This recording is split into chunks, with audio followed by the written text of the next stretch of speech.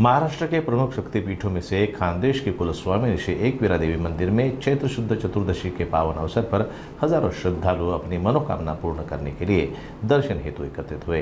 मंदिर परिसर और आसपास का वातावरण सुबह से ही भक्तिमय और आध्यात्मिक ऊर्जा से सरोबार नजर आया। धुले में चैत्र शुद्ध चतुर्दशी पर एकवीरा देवी मंदिर में महाराष्ट्र, मध्य प्रदेश एवं गुजरात से हजारों श्रद्धालु पहुंचे। मंदिर परिसर में भारी भीड़ को देखते हुए सुरक्षा के कड़े इंतजाम किए गए हैं। आज से वार्षिक यात्रा उत्सव शुरू हुआ, जो आगामी दिनों में और भव्य रूप लेगा। मंदिर में विशेष पूजन, महाआरती और सजावट के बीच भक्तों ने नवस पूर्ण किए। कल 12 अप्रैल को भव्य रथोत्सव निकाला जाएगा, जिसकी तैयारियां अब अंतिम चरण में हैं।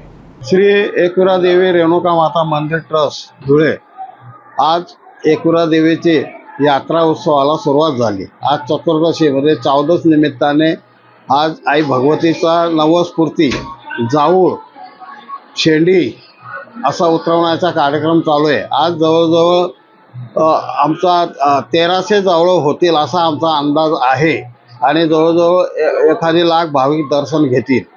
आणि आजच्या ह्या कार्यक्रमाला बहुसंख्य प्रमाणातनं ग्रामीण भागातनं भाविक आलेले आहेत।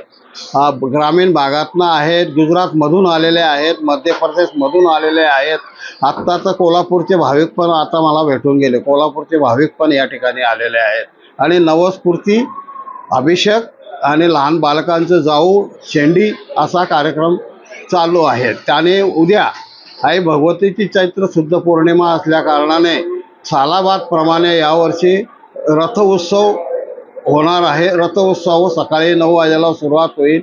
मंत्रीगण आदी राष्ट्रीय क्षेत्राचे, धार्मिक क्षेत्राचे सर्व पदाधिकारी यांच्या साक्षीने रथ उत्सवाला सुरुवात होईल आणि रथ उत्सव हा पूर्ण धुळे महानगरीतनं फिरून कमीत कमी 12 ते 13 तास ही मिरवणूक चालते आणि या मिरवणूक सर्व प्रकारचे वाद्यवृंद, महिला मंडळ सहभाग होतात। काही प्रत्येक खुंटावर लोक भाविकांची सेवा म्हणजे कोणी प्रसाद देतं, कोणी थंड पाणी देतं, कोणी ताक वगैरे असं उन्हाचा भाव सगळं असं वाटून लोकांचं हे करतात आणि उत्सवात ही पालखी मिरवणूक होते। या मिरवणुकीत जवळजवळ आज आता हा रथ आमचा पितळी तामिळनाडूमधून बनवून आणलेला आहे। याचं 3रं वर्ष आहे।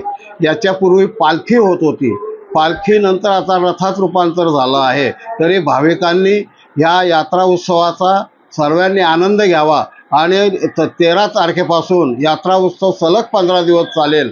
तर यात्रा उत्सवात पांझरा नदीच्या तीरी असल्या कारणाने पांझरा नदीत मोठ्या प्रमाणात यात्रा भरते। लहान मुलांचे खेळणे, बाळणे, मोठमोठे दुकानं येतात। तर त्याचा सगळ्यांनी लाभ घ्यावा, आई भगवतीचा आशीर्वाद घ्यावा। धन्यवाद।